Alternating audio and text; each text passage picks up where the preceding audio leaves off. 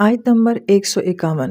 ہم عنقریب کافروں کے دلوں میں رعب ڈال دیں گے، اس وجہ سے کہ انہوں نے ایسی چیزوں کو اللہ تعالیٰ کا شریک ٹھہرایا جن کے حق میں اس نے کوئی سند نہیں اتاری، اور ایسے لوگوں کا ٹھکانہ جہنم ہے، اور وہ بہت ہی برا ٹھکانہ ہے ان ظالموں کے لیے۔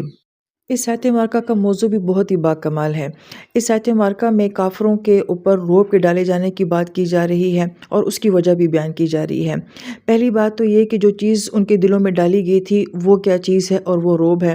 اور رعب کو سادہ الفاظ میں جو بیان کیا جاتا ہے وہ یہ کہ کسی چیز کے ہونے کا اتنا زیادہ خوف ہونا کہ وہ آپ کے اوپر چھا جائے تو اس کو رعب کہا جاتا ہے۔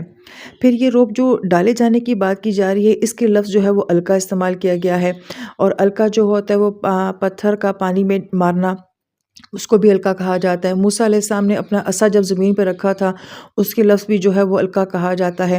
اور القا جو ہم کہتے ہیں کہ کسی کے دل میں کوئی بات القا کر دی جاتی ہے، تو کسی چیز کا ڈالنا، لیکن اس لفظ کے اندر جو تاثر پایا جاتا ہے وہ یہ کہ ایسی چیز کا کرنا جو پہلے سے موجود نہ ہو، یعنی کہ کسی نئی چیز کا ہونا، اس کو جو ہے وہ القا کہا جاتا ہے۔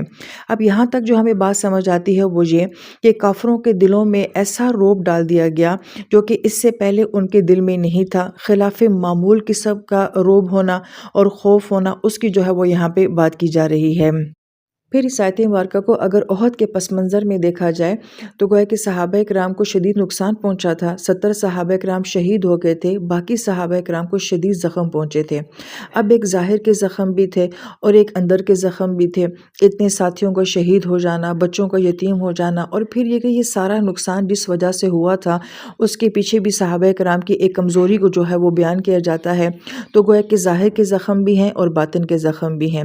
اس کے باوجود جب یہ کافر واپس جا رہے تھے تو وہ صحابہ کرام جو کہ ابھی مسلمان نہیں ہوئے تھے، وہ کافر تھے، تو وہ یہ کہہ رہے تھے کہ ہمارے دل میں یہ خیال آ رہا تھا کہ یہ تو بڑا بہترین موقع تھا کہ مسلمانوں کو مکمل طور پہ جو ہے وہ ختم کر دیا جائے۔ اگر اسی سچویشن میں وہ دوبارہ مسلمانوں پہ حملہ کر لیتے ہیں تو ہو سکتا ہے کہ ان میں رزسٹ کی قوت ہی نہ ہو، کہ وہ آلریڈی اتنا نقصان اٹھا چکے ہیں، باقی زخمی ہیں، تو گویا کہ یہ حملہ اس وقت کرنے کا پرفیکٹ ٹائم تھا، اور اگر وہ کافر کر دیتے تو ہو سکتا ہے کہ یہ بات ممکن بھی ہو جاتی۔ لیکن ہم یہ دیکھتے ہیں کہ کافروں کو یہ کرنے کی ہمت ہی نہیں پڑتی، اور ان کو یہ آئیڈیا آتا بھی ہے مگر اس کے باوجود بھی ان پہ جرأت نہیں ہوتی ہے۔ اور ادھر سے نبی علیہ السلام جو کہ اتنے بہادر ہیں، آپ علیہ السلام کی شخصیت کا اعلیٰ معیار یہاں پہ نظر آتا ہے کہ اسی سچویشن میں جب اتنا نقصان صحابہ کرام کو اور مسلمانوں کو ہو چکا ہے، آپ یہ فرماتے ہیں کہ ہم ان کا پیچھا کریں گے اور ہم جائیں گے۔ اور اس وقت میں آپ جب یہ بات فرماتے ہیں تو وہ صحابہ کرام جو اس وقت زخموں سے چور چور تھے، وہ صحابہ کرام کھڑے ہوئے اور انہوں نے کہا کہ ہم پیچھا کریں گے، اور اسی زخمی حالت میں اللہ تعالیٰ نے ایک اور بہت بڑا امتحان ان کا لیا تھا، اور انہوں نے جا کے کافروں کا جو ہے وہ پیچھا کیا تھا۔ آپ دیکھیں کہ ہم تھوڑا سا زیادہ تھک جاتے ہیں نا، تو ہم یہ کہتے ہیں کہ بس مزید اب اور کوئی کام نہیں ہوتا، یا ہمیں کوئی تھوڑا سا غم، پریشانی، تکلیف، یا ہم ڈپریشن میں ہوں یا ذہنی تکلیف میں ہوں تو ہم یہ کہتے ہیں ہمارا موڈ نہیں بن رہا آج کوئی کام کرنے کا۔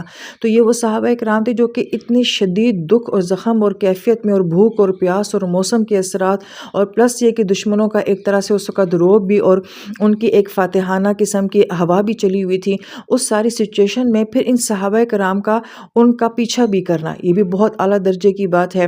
تو جب ان کو یہ خبر ملتی ہے کہ مسلمان جو ہیں وہ دوبارہ ہمارا پیچھا کرنے کے لیے آ رہے ہیں، تو ان کے اوپر مزید صحابہ کرام کو خوف طاری ہو جاتا ہے۔ حالانکہ اس وقت ان کی سچویشن جو ہے وہ مضبوط ہے، لیکن اس کے باوجود جو ہے وہ ایمان والوں کا رعب جو ہے وہ کافروں کے اوپر ڈل جاتا ہے۔ اب یہ بالکل خلاف معمول قسم کا رعب ہے کہ جن کو آپ نے نقصان پہنچایا ہے، بظاہر آپ ان کو شکست دے کر آئے ہیں، اس کے باوجود آپ انہی سے ڈر رہے ہیں۔ تو یہ رعب جو مسلمانوں کا ان کے اوپر تھا، یہاں پہ اس کی بات بھی کی جا رہی ہے۔ پھر اس کے بعد آیت مبارکہ کے اگلے حصے میں یہ بیان کیا جا رہا ہے کہ یہ رعب ان کے اوپر کیوں ڈلا، اس کی وجہ کیا ہے؟ بما اشرکوا باللہ، اس لیے کہ انہوں نے اللہ تعالیٰ کی ذات کے ساتھ شرک کیا، اور ایسا شرک کیا کہ جس کے بارے میں ان کے پاس کسی قسم کی کوئی دلیل نہیں تھی۔ بہت ہی خوبصورت بات جو یہاں پہ بیان کی جاتی ہے وہ یہ کہ جس کے دل میں اللہ تعالیٰ کا ایمان نہیں ہوگا اور وہ کسی بھی طرح کے شرک میں مبتلا ہوگا، تو اس کا مطلب ہے کہ اس کا دل بہت کمزور ہوگا، اس پہ کسی کا بھی رعب بہت آسانی سے چھا جائے گا، وہ مختلف قسم کے خوف کا جو ہے وہ شکار ہوگا۔ بڑا ہی باریک نقطہ علماء کرام یہ بیان فرماتے ہیں کہ ایمان کہاں ہوتا ہے؟ وہ بھی دل میں ہوتا ہے۔ کسی کا خوف کہاں ہوتا ہے؟ وہ بھی دل ہی میں ہوتا ہے۔ لہذا جس دل میں ایمان ہوگا وہاں پہ ایسے خوف نہیں ہوں گے، اور جہاں ایمان نہیں ہوگا وہاں پہ اس طرح کے بہت سارے خوف ہوں گے۔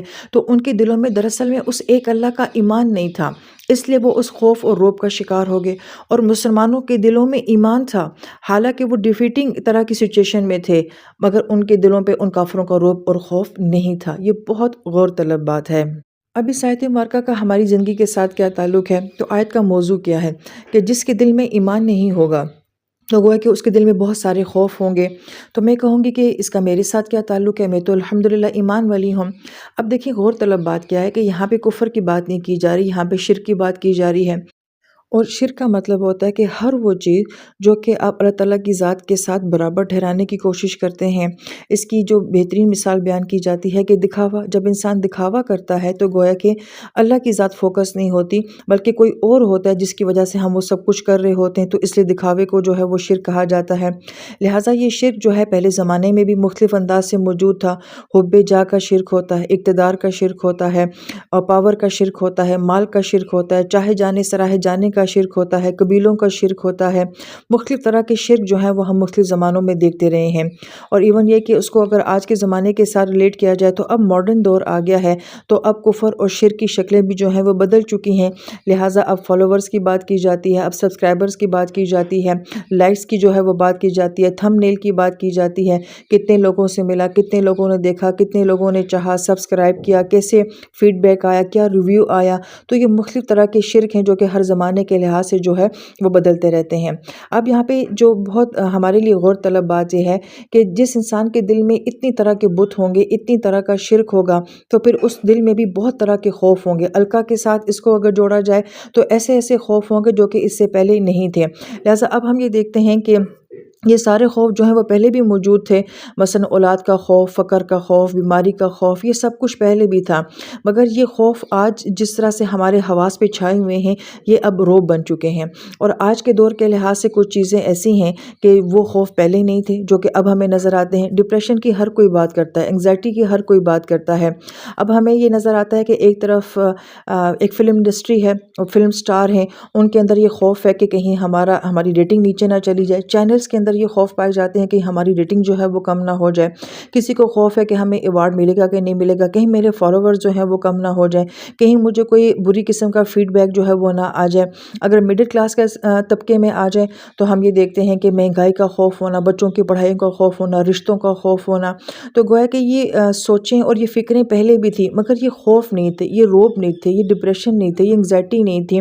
اس طرح سے ان کی حل کے لیے اتنی میڈیسن جو ہے وہ پہلے نہیں کھائی جاتی تھی جس طرح سے اب یہ سب چیزیں ہو گئی ہیں۔ تو ہم پھر آیت مبارکہ سمجھ آتی ہے کہ ایسے انجانے خوف تمہارے دلوں میں ڈال دیے جائیں گے جن کا تم نے پہلے کبھی گمان بھی نہیں کیا تھا۔